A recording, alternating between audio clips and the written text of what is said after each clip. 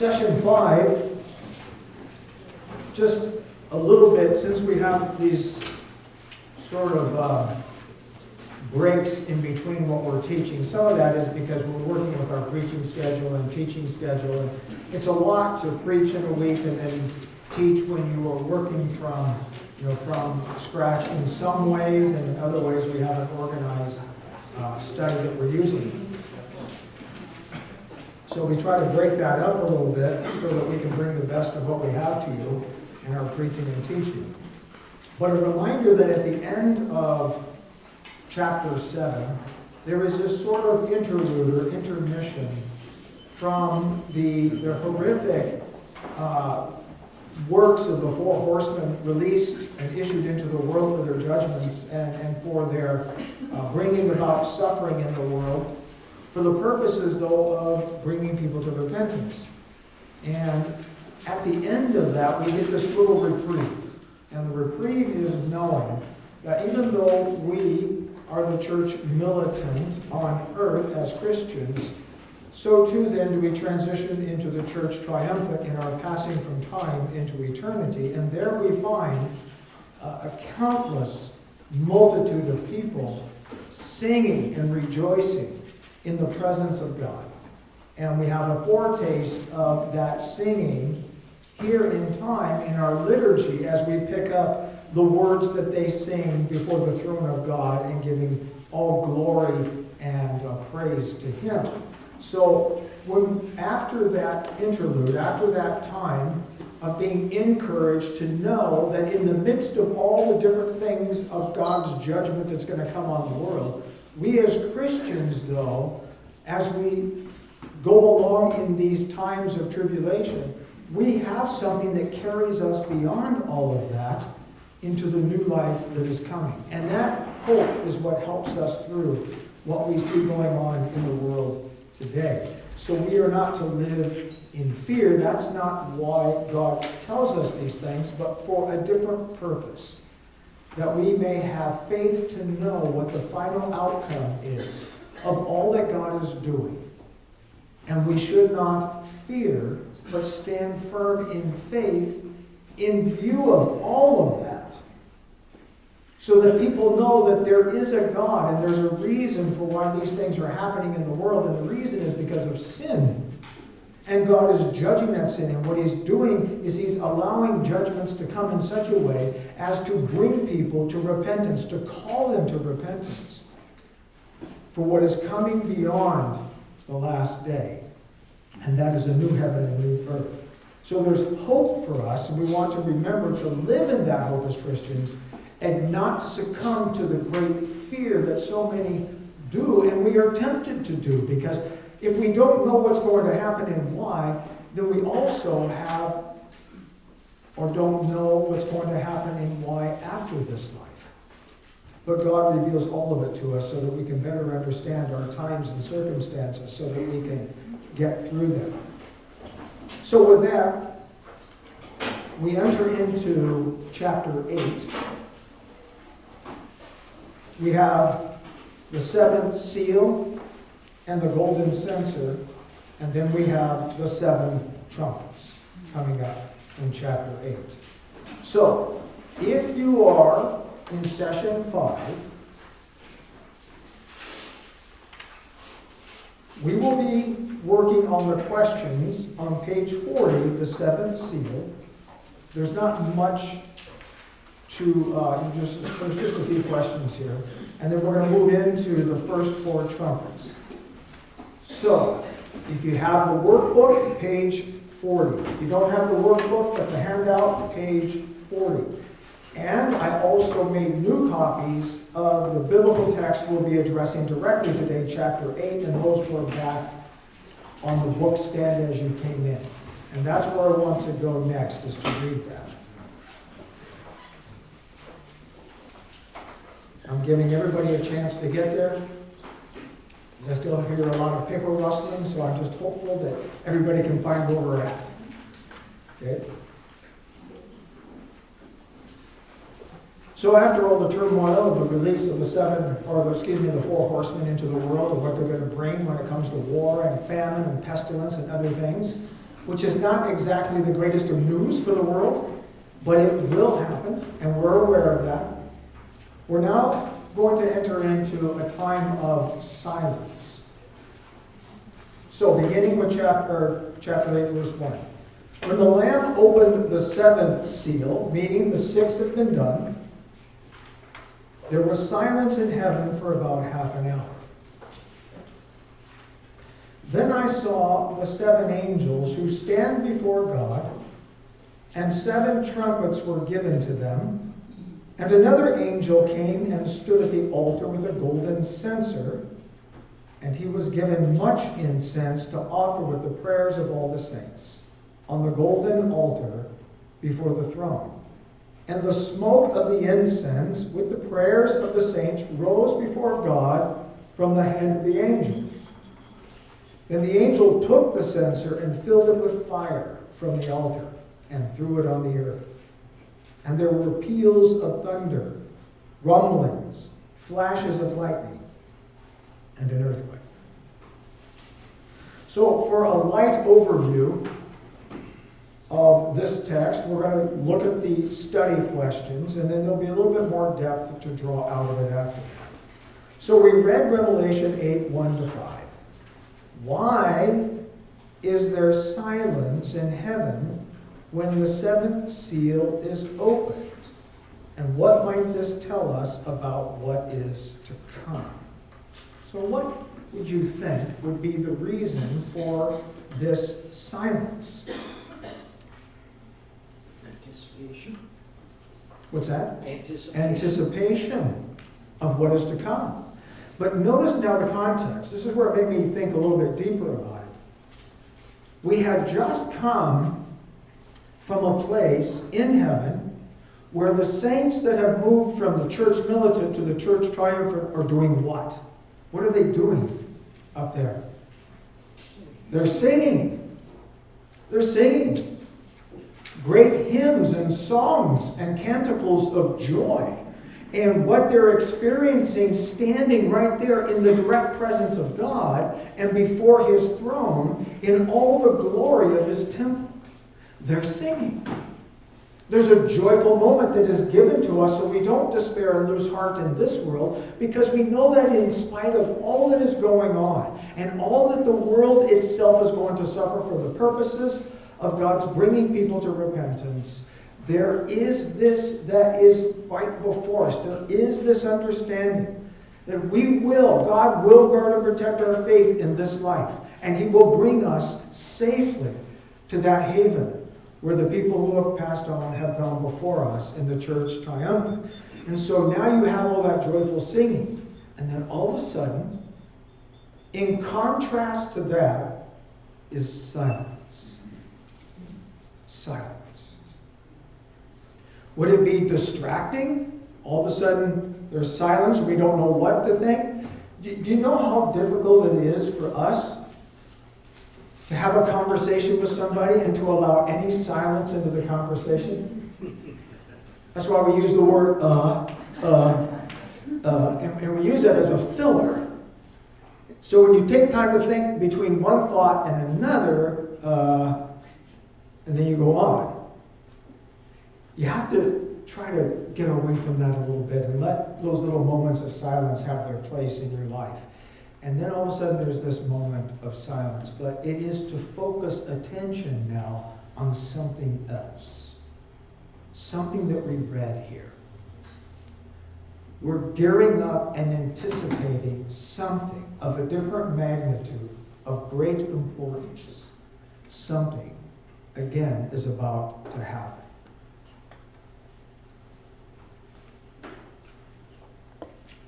And that was called a coffee silence. We have to take those two. Something's going to happen. I'm going to go back to the text here.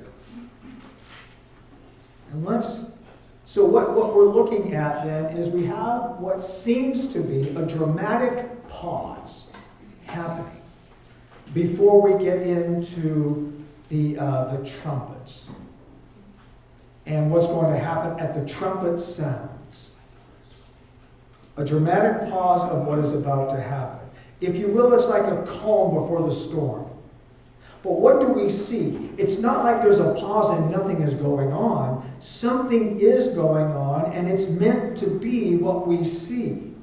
7 angels who stand before God. And we envision that for a minute. And according to Brighton, and I think under good argument, it becomes like the same 7 angels who were before God back in chapter 1 and other places, the same 7 angels. But to them now are given 7 trumpets. 7 trumpets. So each one now has a trumpet. Something's going to happen. God doesn't do things without a purpose. And then we have an 8th angel that comes out. And this angel stood at the altar. And it's the altar of incense. And he had a censer, a golden censer that he had with him. And there's a reason for that. And he was given much incense to offer with the prayers of all the saints. So this is what's going on. Now here's what's interesting about this. So he's got this censer. He goes to the altar. The incense is placed on the altar with the burning coals. And what do you expect to happen? What's going to rise up? The smoke of the incense is going to rise up. And this, we understand, is pleasing to our God. And the aroma and the smell of it. You know, this is one of the things we lack in our worship, is the smell of worship. However, we got just a little bit of that just last Sunday, and it still ruminates a little bit in our building. What is the smell that we walk into on Easter morning? Yes. And usually it's a smell of a lily. It's one of my favorite times because of that. Because now we're engaged in a smell. There's a reason why they burned incense in the temple. And the smoke itself was symbolic of the prayers rising up before God. Now, I've been in churches that burn incense, and when I first smelled it, I didn't like the smells and bells. But later, as I read in the Old Testament what it was used for, and I looked at why they used it in worship, I'm not so much opposed to it. There is a sort of smell that was used in the temple worship. The ingredients of the incense is also given in the Old Testament. The ingredients of what they mixed together and why this was a pleasing aroma before God. And I thought, well, if it's pleasing to him, would it be pleasing to me? Or why does that seem to be so offensive to us? Well, we know because of its connection to other traditions and how they understand and use it, but that sometimes shouldn't be our reason. Our reason should be, what does the Scripture show to us is acceptable to God and pleasing to him? Which of the foremost is what? Singing. So we sing. But here's the point. Mixed with the smoke, then, were the prayer of the saints rising. What were the prayers of the saints that we heard from before? What were they praying? What were those saints under the altar praying? Yeah, how long, O Lord? How long? They're praying prayers of vindication. Vindicators, those who had lost their lives for the sake of Christ.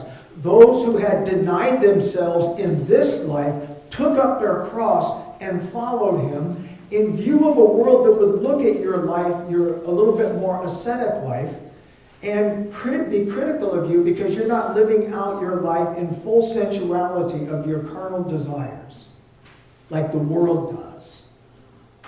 If it feels good, do it. If it smells good, smell it. If it tastes good, eat it. You know, it's a full sensuality and service and worship of our earthly senses and sensuality, which leads us into many vile and wicked vices and sins. But we as Christians live a little bit of a different life, and it should reflect in our relationship to others in the world. And so we do cry out, hey, we have reserved ourselves from many of life's pleasures, but because they're pleasures that fulfill carnal evil desires, we move away from them while we do engage in the real and the new desires given to us by God as a new creation, where we enjoy things not only that are here in time, but will carry forth with us there in eternity. Vindicate us. Now notice what happens. These prayers rise from the altar of incense, along with the incense. Then the angel took the censer, and he filled it with fire from the altar, and he threw it on the earth. Do you see the connection? The very place where the prayers of the saints go up before God is also where the answer comes. And God fills the censer then with the coals, the hot burning coals. Their prayers are heard, and God is going to act. And part of the vindication is working to bring the world to repentance and to the same faith that his saints on earth have that brought them to heaven. It's interesting, that connection. It takes a minute to see it. So from that same place now, the angel puts into the censer burning coals, and burning coals are a sign of God's judgment and his wrath that he pours out.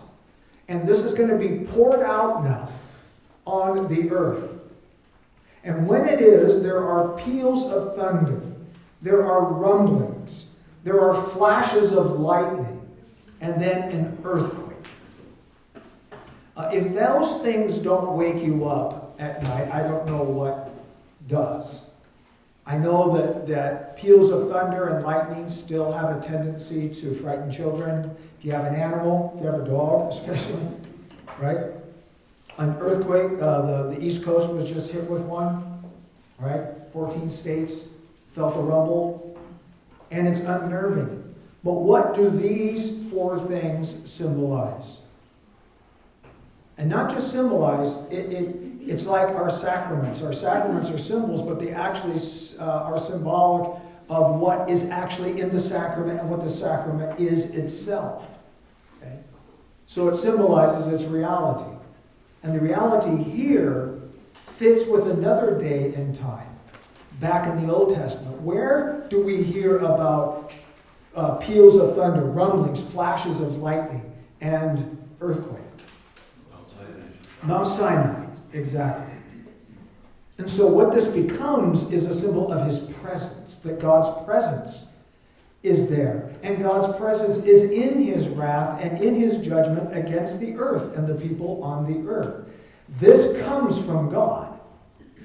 What's about to happen is God's interaction with his fallen creation in the world. So there's a lot here in this little opening segment that we're looking at.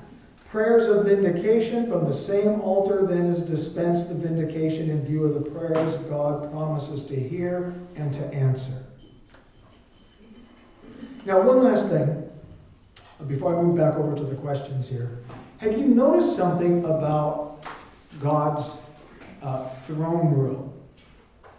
That it has furnishings in it.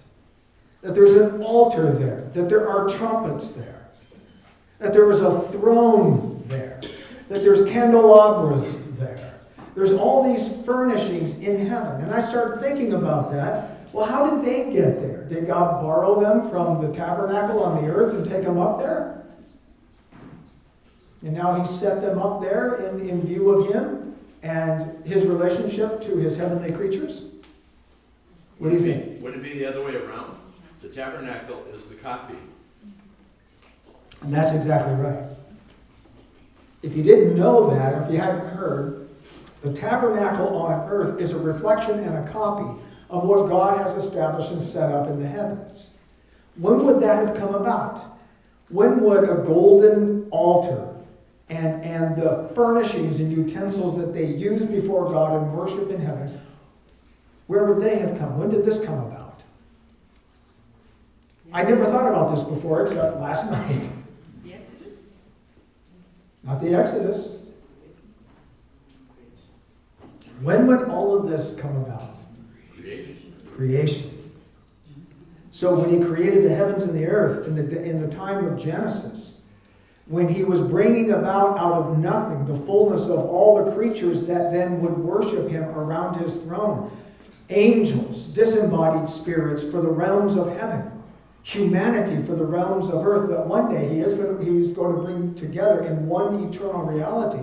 But then all of that is also in short order God's ordering of heaven as he ordered things on earth. So it had to have come about in creation. And you were right. It talks about the tabernacle on earth and the temple are a reflection or a copy or an imprint of what heaven is and what's going on there around the throne of God.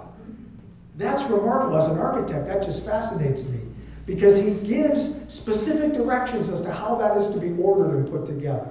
And so we see it here, that this is literal worship before God, that there are censers, there is incense, there are burning coals there.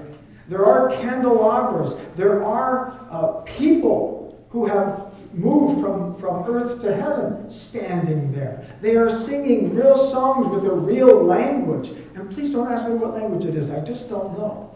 We all want to probably say Hebrew because that's the Old Testament language, but I don't know. But there's one language going on that we know of, or at least if you are singing in different languages, everybody understands everybody. So the point is, there is a real connection between what we're looking at here in time, in the midst of Revelation, God's church, God's copy of his heaven in the world.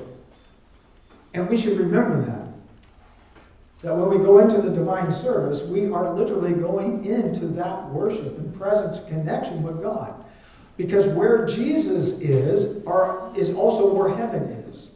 So on one side, you have the whole of heaven saying Jesus. On this side, we have the church militant saying Jesus. Do you see? So on the altar is the same Jesus. We're all together. And those loved ones that are passed on, we're all in connection with the same Christ. That should be comforting to us. And that's the hope that draws us through this world as we then transition into the next. So that's good news for us. Let's take a look at some of the other questions. What do these verses teach us about prayer? That's the second question. It's a simple kind of question and answer here. What does it tell us about prayer? And it'll be answered because also first it was heard. Yeah, that's wonderful. God hears your prayers. He knows your thoughts. This is why you want to pray. And he will answer them.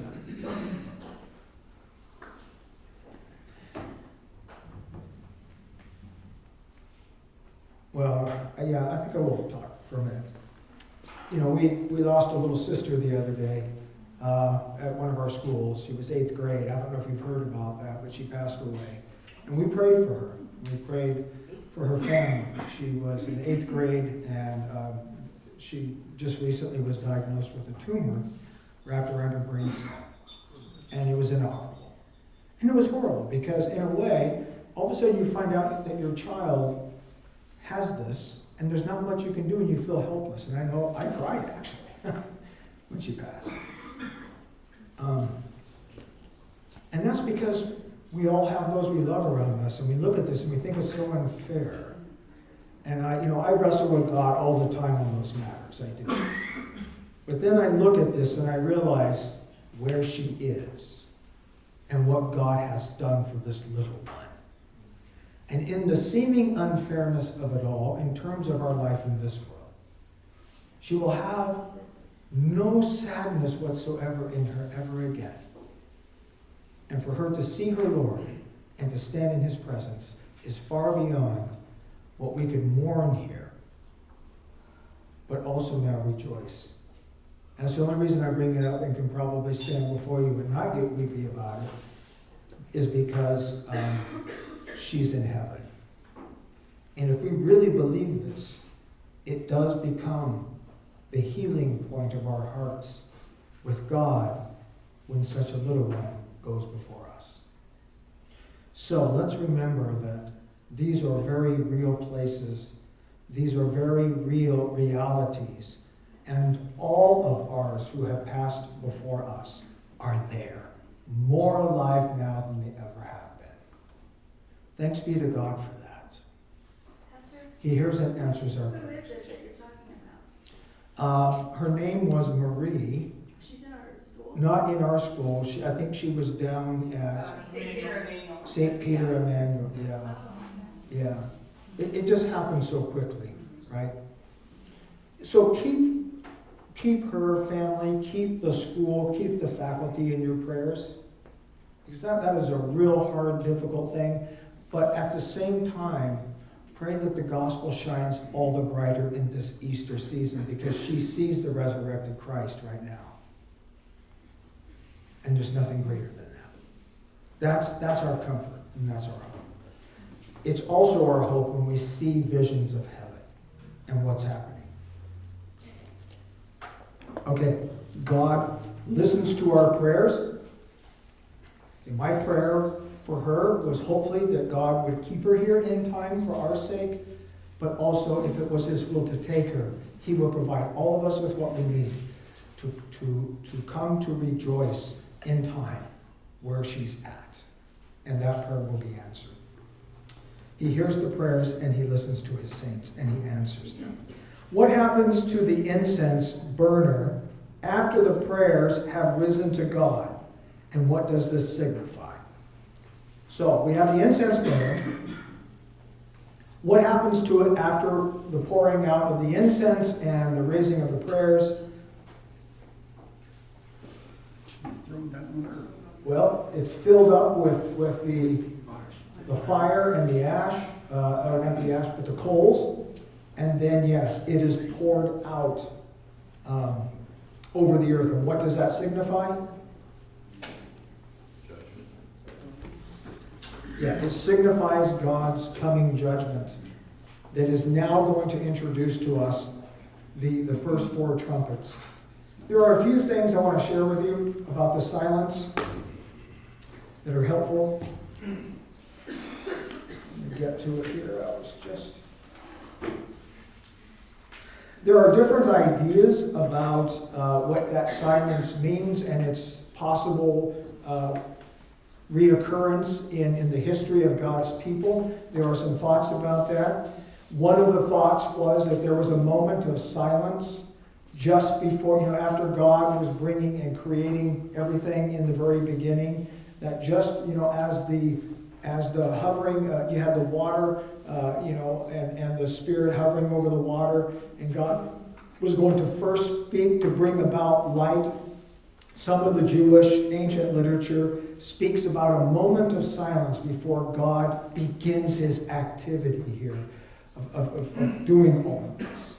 With the final, speaking and bringing everything into its existence as He does so. And the idea was there was a moment of silence. Now, I don't know if that's quite true or not, but there are these reoccurring things that in extra biblical or scriptural literature that the Jews have, they mention these kinds of things. Certain places and in certain times there was a silence. There's another one that I want to read to you real quick out of the Wisdom of Solomon, and I'd like to see if you can pick up where this is in our history. And this is the Wisdom of Solomon, chapter 18, beginning with verse 14. So, listen carefully. For while gentle silence enveloped all things, and night in its swift course was now half gone, your all-powerful word leaped from heaven, from the royal throne, into the midst of the land that was doomed. A stern warrior carrying the sharp sword of your authentic command, and stood and filled all things with death, and touched heaven while standing on the earth. Then at once apparitions in dreadful dreams greatly troubled them, and unexpected fears assailed them. And one here and another there, hurled down half dead, made known why they were dying. For the dreams that disturbed them forewarned them of this, so that they might not perish without knowing why they suffered.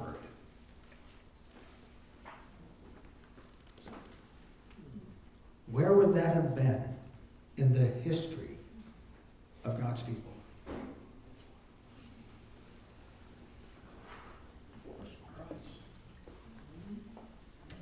I'll give you the little footnote down here.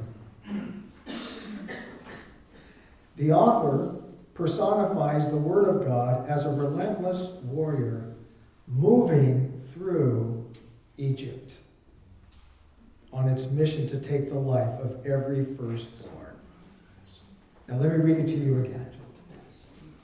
For while gentle silence enveloped all things, and night in its swift course was now half gone, your all-powerful word leaped from heaven, from the royal throne, into the midst of the land that was doomed, a stern warrior carrying the sharp sword of your authentic command, and stood and filled all things with death, and touched heaven while standing on the earth.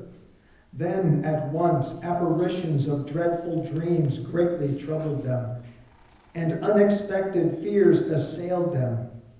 And one here and another there, hurled down half dead, made known why they were dying. For the dreams that disturbed them forewarned them of this, so that they might not perish without knowing why they suffered. In other words, it was talking about knowing that the plague that Moses told Pharaoh was coming was happening. And now they realized what was happening to them. This was the final plague, after which then they said, Israel, get out. Go, please go. And you know how they pillaged them? They didn't have to do anything.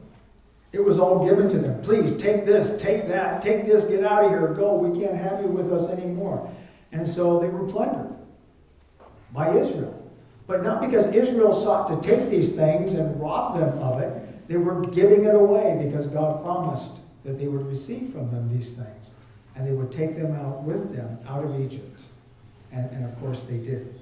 So we're talking about a silence before something of great magnitude happens. So we have this silence in heaven that takes place before the 4 trumpets begin to sound. Let's listen to that. By the way, the peals of thunder, the rumblings, the flashes of lightning, and the earthquake also become signs of the end of the world. So keep that in mind as we go ahead. Now, the 7 trumpets. Now, the 7 angels who had the 7 trumpets prepared to blow them. Now we have the first. The first angel blew his trumpet, and there followed hail and fire mixed with blood. And these were thrown upon the earth. And a third of the earth was burned up, and a third of the trees were burned up, and all green grass was burned up. The second angel blew his trumpet, and something like a great mountain, burning with fire, was thrown into the sea, and a third of the sea became blood. A third of the living creatures in the sea died, and a third of the ships were destroyed. Now I'm going to ask a question here of our medical folks. Is there any buoyancy in blood? Can anything float in blood? That's what I was wondering. If the Nile was turned into blood, which we believe it was, right? That's one of the plagues. And it stank and fish couldn't live in it. What about the boats? Could they float in it? So it's interesting to think about in the destruction of maritime life over a third of the seas. If this be, if we're looking at this literally, and we have to ask that question, would it be that ships could not float in such a liquid? Excuse me, I probably should just chew gum. Okay. The third angel blew his trumpet, and a great star fell from heaven, blazing like a torch, and it fell on a third of the rivers and on the springs of water. The name of the star is Wormwood. A third of the waters became wormwood, and many people died from the water because it had been made bitter. The fourth angel blew his trumpet, and a third of the sun was struck, and a third of the moon, and a third of the stars, so that a third of their light might be darkened, and a third of the day might be kept from shining, and likewise a third of the night. Then I looked, and I heard an eagle crying with a loud voice as it flew directly overhead. Woe, woe, woe to those who dwell on the earth, at the blast of the other trumpets that the three angels were about to blow. So in just going over this briefly, we have these four trumpet sounds that brings about calamity to the earth. There's a destruction that goes with it, but not a total destruction. Again, this is not an easy thing for us to hear. We're going to get into the details of it a little bit. But what really is interesting is that the last three, the woe, woe, woe of the eagle, signals to us that there's something worse coming after that. And it's demonic. So, let's look into the questions real quick. So we read Revelation 8, 6-13. We now move to another group of sevens in Revelation, the seven trumpets. And like the seals, the trumpets reveal God's judgment of the earth, but do not describe its total destruction. So let's look quickly. What happens with the sounding of the first trumpet? Well, what do we see? Go ahead. You've heard it. How does it sound to you, and how would you describe it?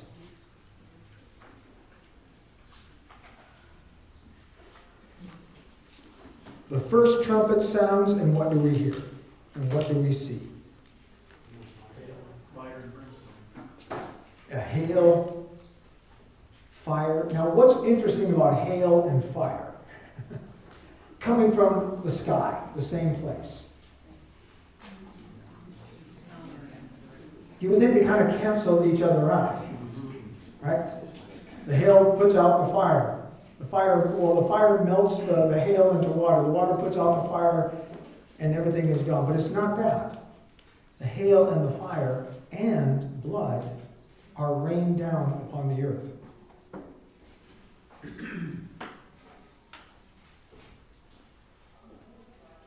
Now, it's interesting. What does that remind us of in the history of the church? It parallels another plague. Plagues in Egypt. The plagues in Egypt. What did you say? I said it sounds like Sodom and Gomorrah when they were fire and brimstone. Yeah, fire and brimstone there, to which today they have not risen again. Those cities, fire and brimstone, and the plagues in Egypt, right? Yes, this correlates with that. Hail, fire, and blood. And those were literal things that consumed those cities.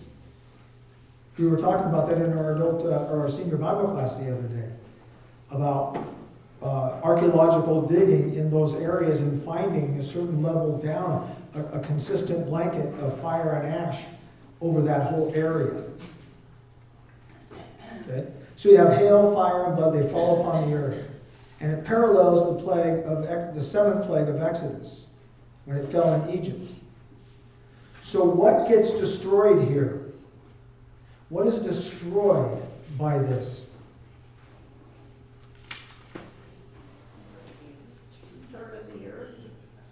So you have a third of the earth. And you know what's interesting is how it says it here. A third of the earth was burned up. Becomes useless and unuseful. And a third of the trees were burned up. What do we get from trees? You get oxygen. But then it says, and all green grass was burned up. So how is this going to affect the earth? The food chain. Famine. Remember we talked about famine as one of the judgments of God upon the earth? Food is going to be affected by this. Animals will be affected by this because of their dependence on the grasses to eat, especially the animals that we eat. So this is going to be one of the issues that we deal with on this earth. Where there's going to be, at times, some parts of the earth that are not going to be prosperous and fruitful to us. And it will cause starvation. Do we see starvation already happening in the world? But I would say, is it because we don't have enough of the earth to feed everyone?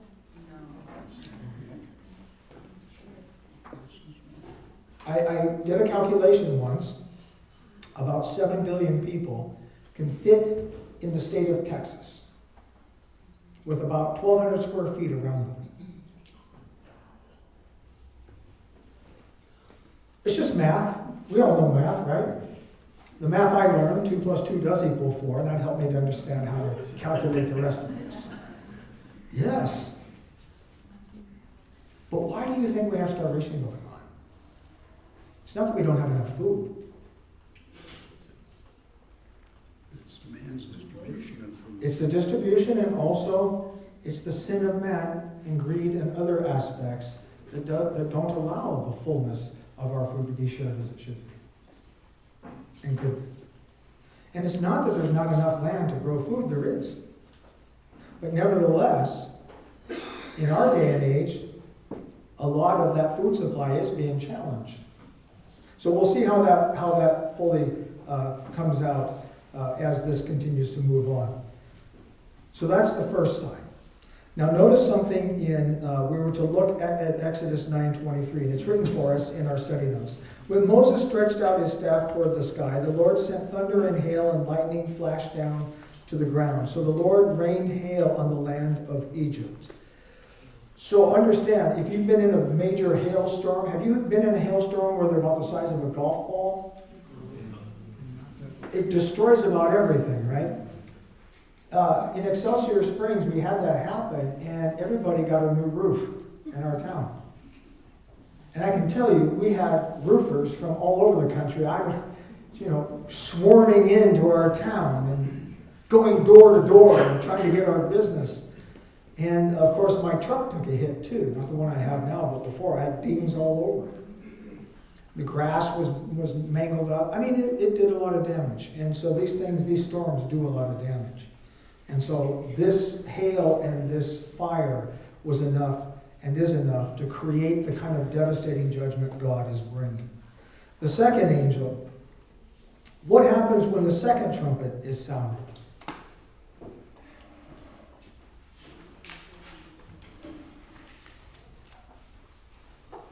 So we see a plague that assails what? It falls upon the sea, and it has an effect there. It says a third of the sea is turned to blood, killing a third of the fish and destroying a third of the ships. This parallels the first plague of the Exodus when the Nile River was turned to blood. Turn to blood, yes. Okay?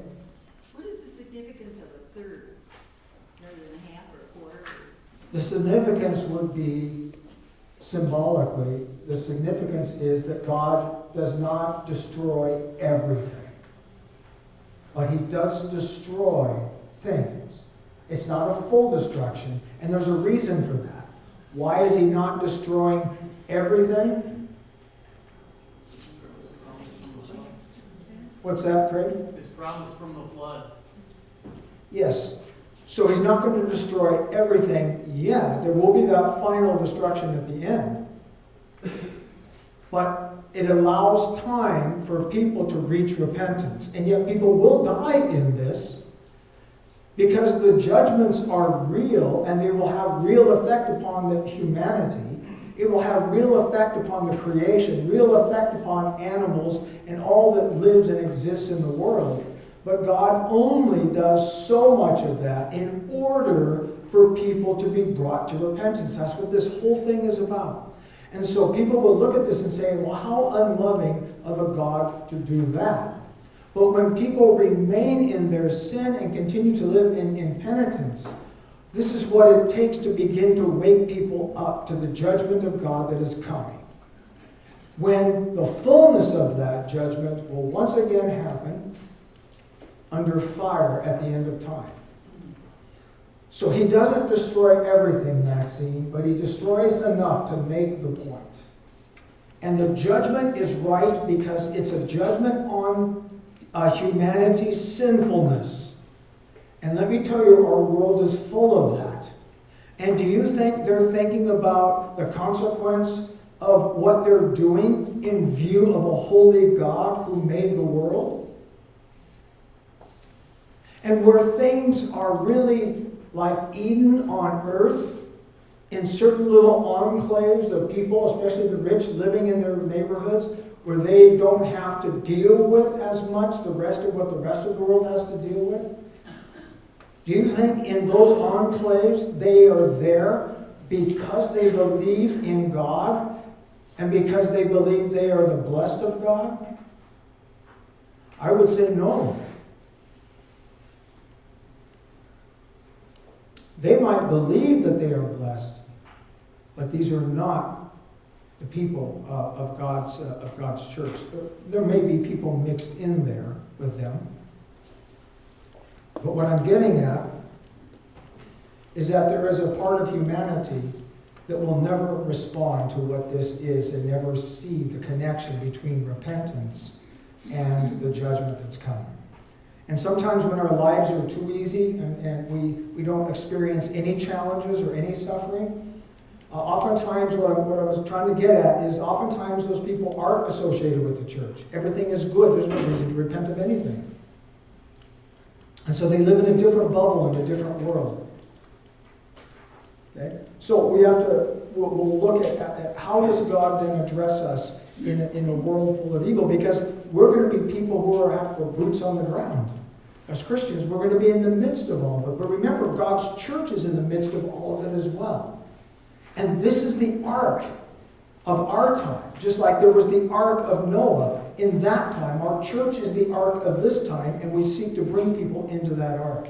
And this is what carries us through the tribulation to the new world to come and into heaven. So when the second trumpet sounds, you have the whole of the sea is challenged.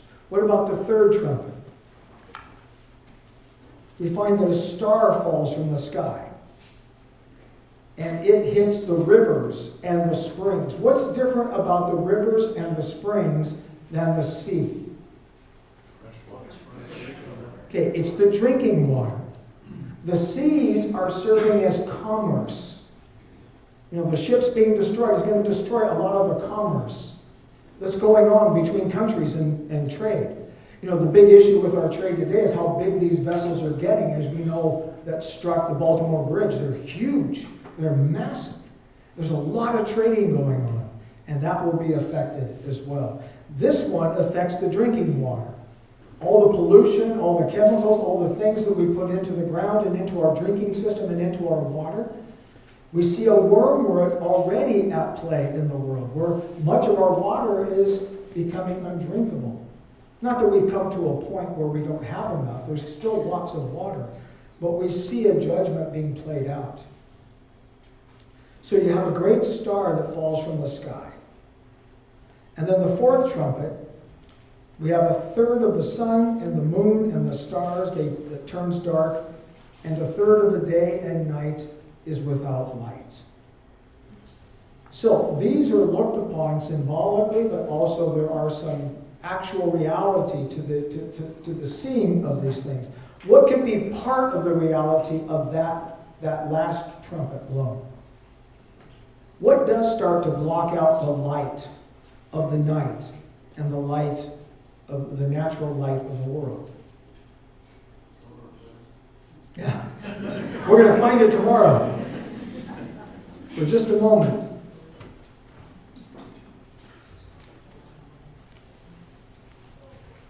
Let me get back to... So when the fourth trumpet is blown, a third of the sun, moon, and stars turn dark. A third of the day and night is without light. And what this parallels is the ninth plague in Egypt, when darkness fell upon the land. And there is a spiritual darkness that falls upon us, to be sure. Yes? There was just something on the news, I'm thinking the United Nations, that they had like an hour of darkness. They were trying to convince people for climate change to turn off their lights for like an hour. I don't know if you've heard that, but it's interesting in the light of what we're talking about. Yeah. That there's this movement to put people into darkness. Right. Mhm. Well, there is, yeah, the environmental movement is quite a movement, so that's a whole nother conversation, but maybe is related to what we're talking Yeah. about. Right. Right. I know we've run out of time here. We'll get a little bit more in depth in that. That's just an overview of these chapters, of this chapter, and there's a few more real nuggets in to pull this out next week. So continue on with our studies there. Let's go ahead and close in prayer. Dear Father in heaven, we are grateful to know and to have revealed to us what the judgments are and the judgments that are coming, that we may be prepared and ready for them, and in them continue to seek the solace given to us by your holy word in the ark of your holy church. The church is the ark in which we will be carried through the tumultuous seas of this life to land one day again in the new heaven and earth to come that will have no end. So keep us faithful in all of this. Strengthen our hearts to believe and trust in you above all things, that in all matters of life we come to you first for all truth and reality, in which we will be blessed with the hope that takes us safely home. Help us now to be the light of the world, a world that lives in darkness. For the glory of your holy name, we ask that you fulfill these things. Amen.